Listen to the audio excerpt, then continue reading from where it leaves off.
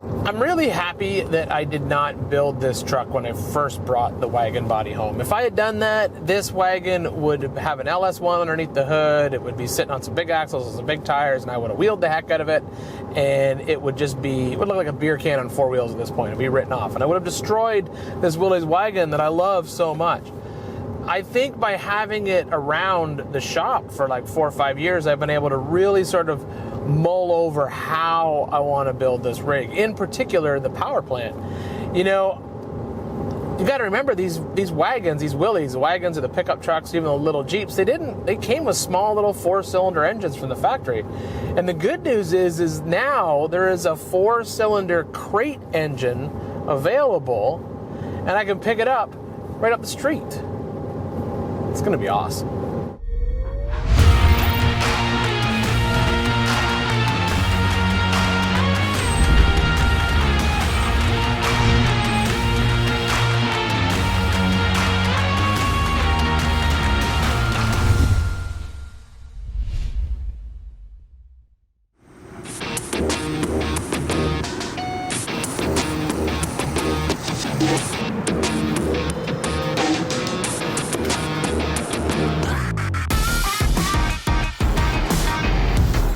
I'm going to pick up the engine for the Willys wagon at my local Cummins service center.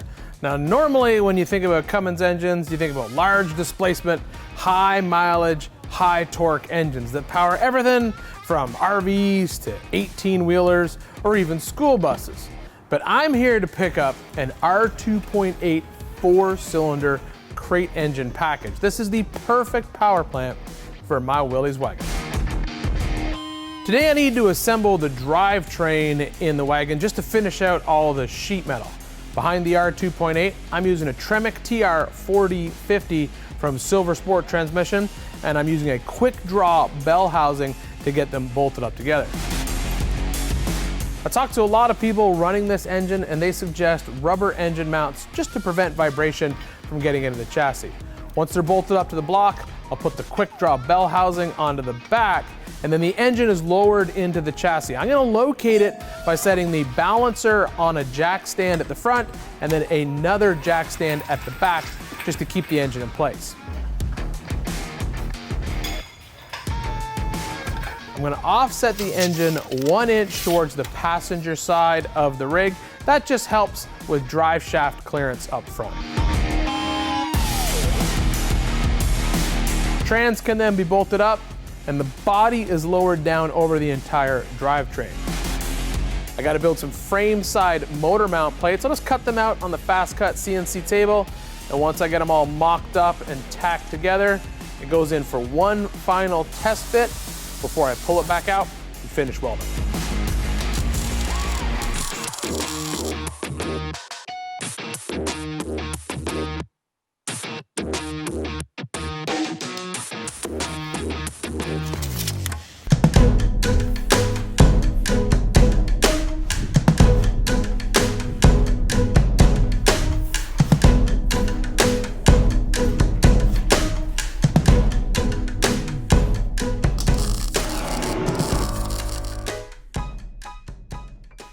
With the transfer case in place, now I can go ahead and build the transmission mount. One thing that you do need to pay attention to, especially on these diesel engines, is my motor mounts are rubber, and so I'm just going to be using a rubber transmission mount as well. You don't want to use poly with these things, it just puts too much vibration into the frame, and I'm actually going to build the entire mount off of the existing heavy-duty JK crossmember that's underneath this rig already.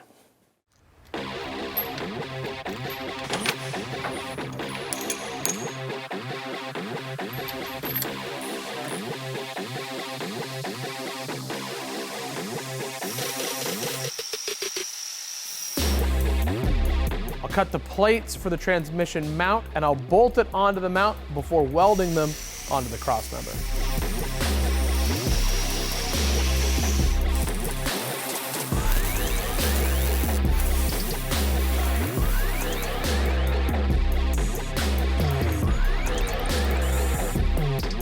The motor's pretty much exactly where I want it to be, but the mounts are still just tacked onto the frame. Before I burn those mounts on for good, I need to check a couple of things. These are things you need to check whenever you put an engine in something that you haven't put it in before. First thing I gotta do is check for suspension clearance. So I'll raise the truck up, pull out all of the springs, and then lower the suspension down until it is at what's called full stuff. That means that this would be where the suspension would be at its highest upward travel. If everything clears then we're gonna articulate the front axle just to keep an eye on those front upper control arm mounts. If that's good, then we can finally replace our cardboard transmission tunnel with some real steel.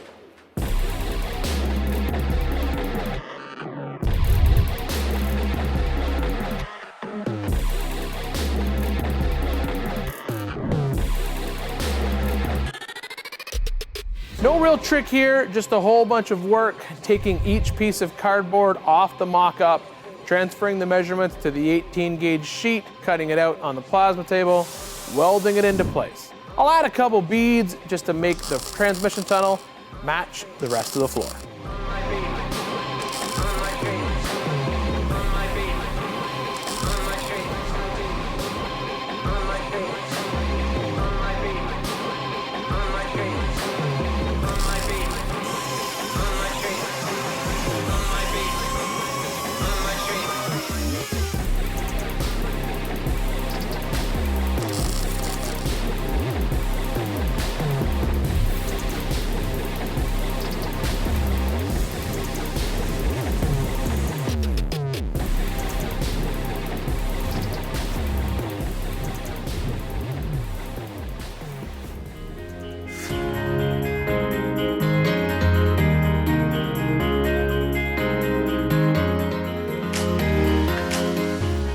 I am very happy to finally have a drivetrain in between the frame rails of this JK frame for this Willys wagon, and even more excited that it's the Cummins R2.8. I have been looking for a project to put this engine in for a while, and this, honestly, I think is the perfect one. Setting it back in the firewall, definitely the right decision. Just fits in there perfectly, and then mating it up to a manual transmission, I think really fits this build all the way around.